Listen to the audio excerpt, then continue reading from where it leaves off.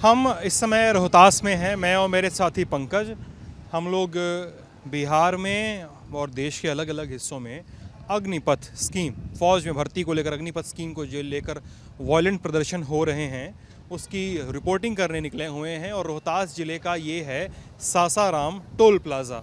Sasaram toll plaza पे 17 जून की तारीख को भारी संख्या में लोग पहुँचे और हिंसा देखने को मिली। टोल प्लाज़े को कई चरणों में नुकसान पहुंचा है।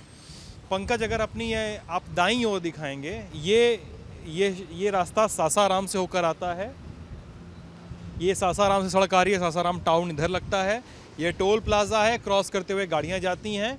आप उधर जाते हैं भभुआ की तरफ, मोहनिया की तरफ, उन इलाकों में पहुंचते हैं उस तरफ। और जैसा अगर आप पंकज आप दिखा पाएँ तो यहाँ पे जो कल के प्रदर्शन और कल के उत्पात के निशान हैं, उपद्रव के निशान हैं, वो यहीं से शुरू होते हैं। जैसे मसलन ये एसी का एक एग्जॉस्ट रखा हुआ है, इसके बारे में लोग बता रहे हैं कि तोड़ा गया है।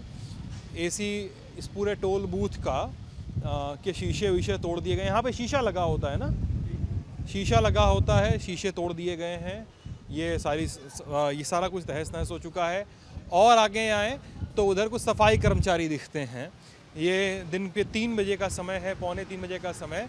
सफाई कर्मचारी पूरा टोल बूथ जो है, जिसका कचरा है, वो जो टूटन है, शीशे के चूरे हैं, उसको साफ़ करके हटा रहे हैं कि टोल बूथ को फिर से वर्किंग कंडीशन में लेकर आया जा सके। कितने लोग रहे होंगे उस समय कल यहाँ पे जब घटना हुई थी? तो 200 के आसपास लोग थे।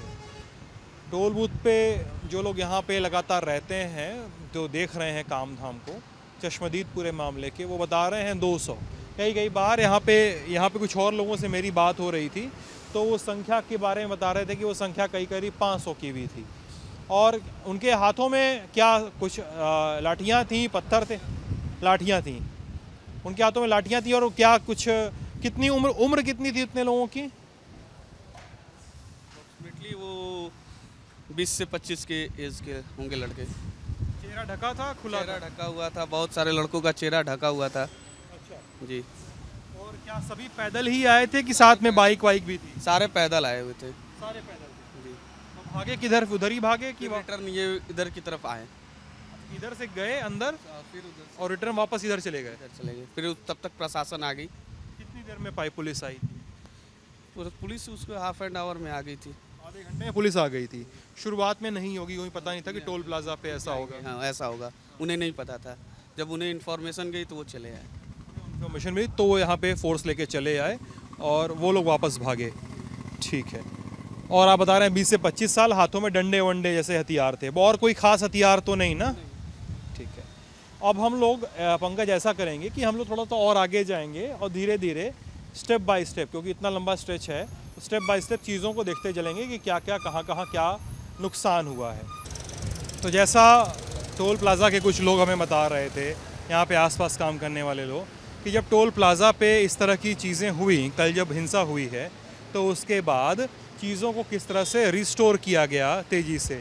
जैसे आप ये देख सकते हैं, ये टोल बूथ है। टोल बूथ के चारों ओर का कांच, जैसे अभी ये एक प्रमाण है कि ये कांच यहाँ पे भी टूटा ही हुआ है।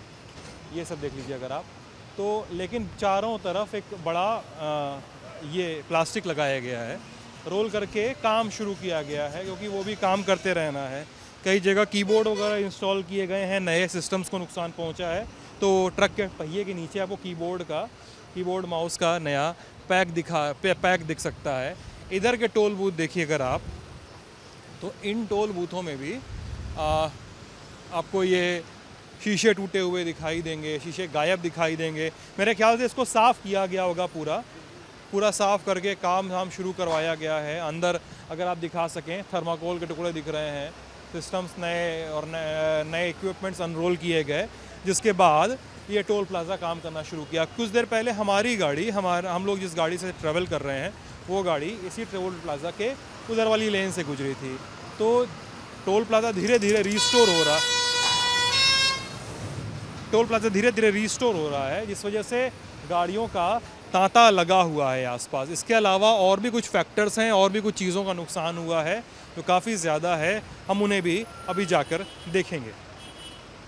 तो जो टूटा हुआ टोल प्लाज़ा हमने आपको दिखाया, उससे जब आप आगे जाते हैं, मतलब मोहनिया की तरफ अगर बढ़ते हैं आप, तो बीच में रास्ते में, पंकज थोड़ा साथ में स्पीड बढ़ा के चलते हैं, तो रास्ते में आपको आईटी रूम दिखाई देता है। आईटी रूम मतलब जिसमें ये जो सारे सिस्टम्स चल रहे हैं, कंप्यूटर्स चल रहे हैं, टोल बूथ मैनेजिंग जो उनका ऑफिस है, और प्लस जो बूथ वगैरह हैं, तो वहाँ पे जो सिस्टम्स चल रहे हैं उनके मैनेज के लिए एक आईटी रूम बनाया गया है। वहाँ पे सर्विस और मेंटेनेंस के सारे सामान रखे रहते हैं। उस रूम में भी प्रदर्शनकारियों ने आग लगा दी है। मतलब मैं इस तरीके से दिखाना शुरू करते हैं पंकज हम लोग, ये आग लगने के बाद का बाहर निकाला हुआ सामान है, ठीक है। पंखे हैं, कई सारे पेडेस्टल फैन रखे हुए हैं, कई सारी चीज़ों के, कुर्सियों के टुकड़े हैं, लाइटें पड़ी हुई हैं, तमाम चीज़ें हैं, तमाम इक्विपमेंट्स वगैरह हैं, तार हैं, वायर वगैरह हैं। और ये है आईटी रूम का वो मेकशिफ्ट सा ऑफिस। और मेरे हाथ में देखो राख लगी हुई है। ये तमाम ये पूरा जला हुआ है, इसको पूरा इन्होंने आग लगा दिया गया है। अंदर क्या क्या चीज़ें थी कुछ पता है आपको? ये आईटी के सारे रिलेटेड वो तो पता है, वो तो पता है कि आईटी का सामान है, लेकिन ये पूरा जल के खाक हो गया जितना था अंदर। वो जितने सामान थे वो जल के खाक हो गए सारे, वो चीज़ हमारे। कैसे आग लगाई उन्होंने? क्या कुछ लेकर आए थे या सीधे ही ऐसे यहीं पे ये तो जलता कपड़ा डाला? ये मैं लोग ने नहीं देखा। सुने किसी से आप लोगों ने? किसी से नहीं सुने, देखा नहीं। क्योंकि एक व्यक्ति भी हम लोग को बता रहे थे कि वो पेट्रोल बम भी लेकर आए थे साथ में। ये नहीं पता, मैंने देखा नहीं। अच्छा, कितने बजे की घटना थी, लेकिन आप कहाँ थे उस समय? उस समय मैं ऑफिस के अंदर बैठा, उसके अंदर वो शटर बंद करके हम लोग ऑफिस के अंदर थे। शटर बंद करके ऑफिस के अंदर कितने घंटे देर तक चला ये सब? ये अप्रोक्सीमेटली 45 मिनट तक चला। 45 मिनट तक ये उत्पात चलता रहा। ये देखो पंकज, ये ग्रिल है जिसके ऊपर ये सीलिंग वो बैठाया गया होगा, फर्श बिठाया गया होगा, है ना? ये फर्श बिठाई गई थी इसके ऊपर, ये पूरी जल के टूट चुकी है। सीलिंग के कई हिस्से जल गए हैं ऊपर देखो। ये अलमारी रखी है जिसमें आग पकड़ चुकी थी, तार वार पड़े हुए हैं, कुछ मोटर्स वगैरह पड़े हुए हैं, कुछ टिफ़िन डब्बे वगैरह हैं, मोटर्स के पार्ट्स वगैरह हैं, कुछ आईसी सर्किट वगैरह जैसा कुछ दिख रहा है। आईसी सर्किट है ना, ये आईसी है ना, ये तो आईसी बोर्ड लग रहा है। हाँ, आईसी बोर्ड जैसी चीज़ें हैं जिसमें पड़ी हुई थी, जल के खाक हुई हैं। कैसे बुझाया गया था आग को? फायर ब्रिगेड आ गई थी, फायर ब्रिगेड? हाँ, फायर ब्रिगेड आ गई थी। उन्होंने बुझाया? हाँ, उन्होंने बुझाया।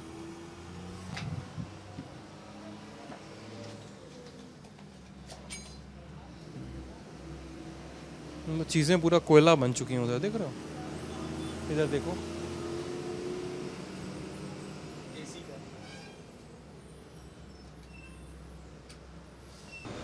इसके बाद हम थोड़ा आगे बढ़ें, अगर थोड़ा सा मोहनिया की तरफ अगर बढ़ते हैं तो इस तरह के निशान कुछ और भी हैं। जैसे अगर ये सड़क पे आप देखें तो ये आगजनी के निशान हैं, काली पड़ चुकी है ज़मीन राख से और आग से। एम्बुलेंस आपके सामने है, ये है हाईवे एम्बुलेंस, जिसको हाईवे पे हर टोल प्लाज़ा के पास तैनात किया जाता है कि ताकि किसी भी इमरजेंसी की सिचुएशन में किसी को ले जाया जा सके। एक एम्बुलेंस की गाड़ी होती है और एक क्विक रिस्पांस व्हीकल होता है आपका। हाँ, पेट्रोलिंग व्हीकल होता है। दो तरह की गाड़ियाँ होती हैं। एम्बुलेंस आपके सामने है। एक भी शीशा इस एम्बुलेंस का बचा नहीं है। सामने वाली पेट्रोलिंग की गाड़ी की भी स्थिति यही है। यहाँ पे क्या है? कंट्रोल रूम है जी। यहाँ पे भी नुकसान हुआ है? यहाँ पर भी।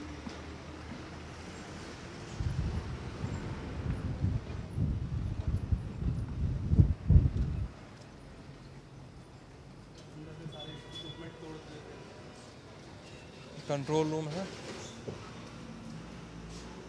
कहाँ के सारे इक्विपमेंट? सब तोड़ दिए, बाहर जला दिए। अच्छा, निकाल के लेके बाहर जला दिया इसको। और काम कैसे चल रहा है अभी आपका? काम किस तरह से कर पा रहे हैं आप लोग अभी टोल प्लाजा पे? ट्रांजैक्शन के थ्रू लेन में हमारे सारे स्टाफ खड़े हैं। ये सर्वर है आपका यहाँ पे? तो यहाँ पे सर्वर होगा आपका। यहाँ आपके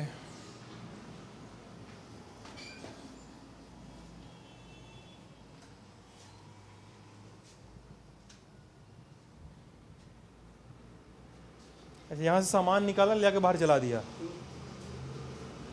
फाइलें वाइलें भी पड़ी हुई हैं यहाँ पे तो। बाप रे।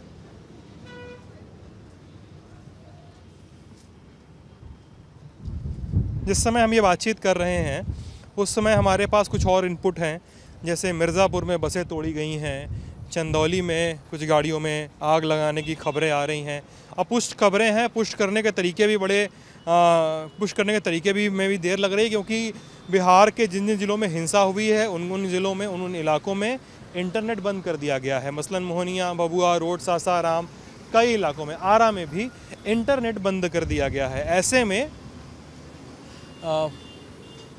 आपकी सर्विलांस की गाड़ी है, ये शीशा देख ले आगे पंकज।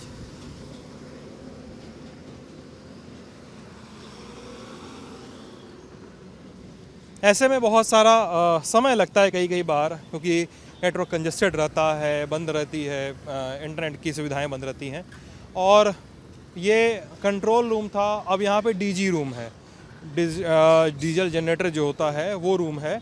और डीजी रूम में भी वही स्थिति है जो हमने आईटी रूम में देखी, वहाँ पे भी आग लगा दी गई थी। हाँ, मेडिकल रूम है कि डीजी रूम है? मेडिकल रूम है ये, मेडिकल रूम उसके बगल में डीजी है। अच्छा, ये मेडिकल रूम है ना? हाँ मेडिकल रूम, ये मेडिकल रूम है। बेड वुड सारी मेडिकल। ओके।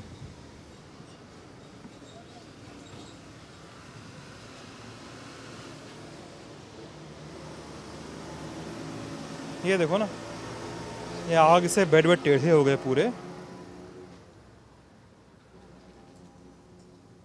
बेड टेढ़ा हो गया, सीलिंग पूरी पूरी पूरी फर्श चटक गई इसकी, और काफ़ी अच्छी स्थिति में नहीं है ये जलने के बाद पंकज। तो थोड़ा सा अपने को ध्यान रखना पड़ेगा।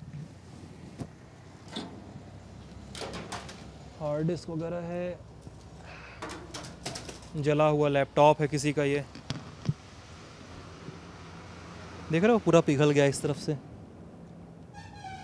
कीज वगैरह चटक के निकल गई होंगी।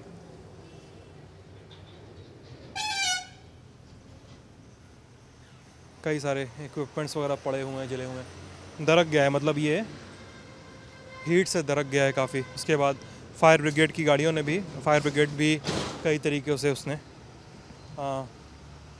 बुझाने की कोशिश करते हैं। ये डीजी रूम है।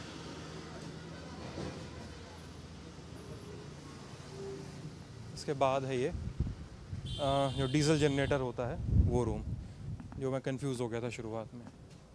ये तो ख़त्म हो गया पूरा। हाँ, ख़त्म ना? ये जेनसेट था। हाँ, ये एक डीजी है, इसको जला दिया इन्होंने। 2 डीजी जल गए, ये जला हुआ है। ये एसी पुराना है कि नया जला है?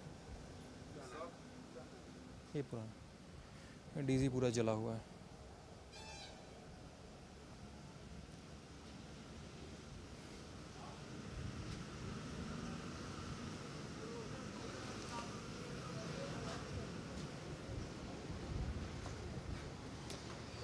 अब कुछ चीज़ें मैं अपनी तरफ से बता देता हूं आपको कि टोल बूथ के जो कर्मचारी हैं,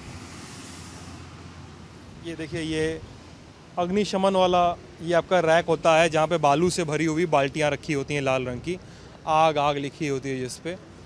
तो टोल बूथ के कर्मचारियों ने अपने हिस्से से, अपने तरीक़ों से अपनी जान बचाने की और जितना अधिक से अधिक हो सकता था रिसोर्सेज को बचाने की कोशिश की। ये है टोल का मैनेजिंग ऑफिस, जो मतलब यहाँ का स्थानीय ऑफिस होता है जहाँ से इनके सारे काम संचालित होते हैं। जो मुझे जानकारी मिलती है यहाँ पे आने पे कि टोल बूथ के कर्मचारी अंदर जाते हैं और अंदर जाकर वो इस पूरे दरवाजे को, चैनल गेट को बंद कर लेते हैं। बंद करने के बाद वो अंदर से खुद को रोक लेते हैं कि अधिक से अधिक उपद्रवकारी अंदर न घुस जाएं। अगर वो अंदर घुसते तो और दिक्कत होती। संख्या में 200 से लेकर 1000 तक लोग नंबर्स बता रहे हैं। अपुष्ट नंबर होते हैं, क्योंकि कई बार ऐसे भीड़ वाले हमलों में और उपद्रवों में कई चीज़ें पुख्ता नहीं हो पाती हैं। फिर भी ये बात ज़रूर और मजबूती से कही जानी चाहिए कि विरोध का, प्रदर्शन का और कोई भी बात रखने का ये तरीका सही नहीं है। तरीका है कि हम अपने लोकतांत्रिक अधिकारों और लोकतांत्रिक मूल्यों दोनों का पालन करते हुए हम अपनी बात कहें। हम अपराध न कर रहे हों, हम ये ना हमको कोई हमारी बात को कोई इस तरीके से ना काट सके कि फ़लाँ मौके पे आपने अपराध कर दिया। तो इस थिन लाइन को भी देखना होगा। मैं और मेरे साथी पंकज इस मुद्दे पे बने हुए हैं। आप लल्लन टॉप देख रहे थे। बहुत बहुत शुक्रिया।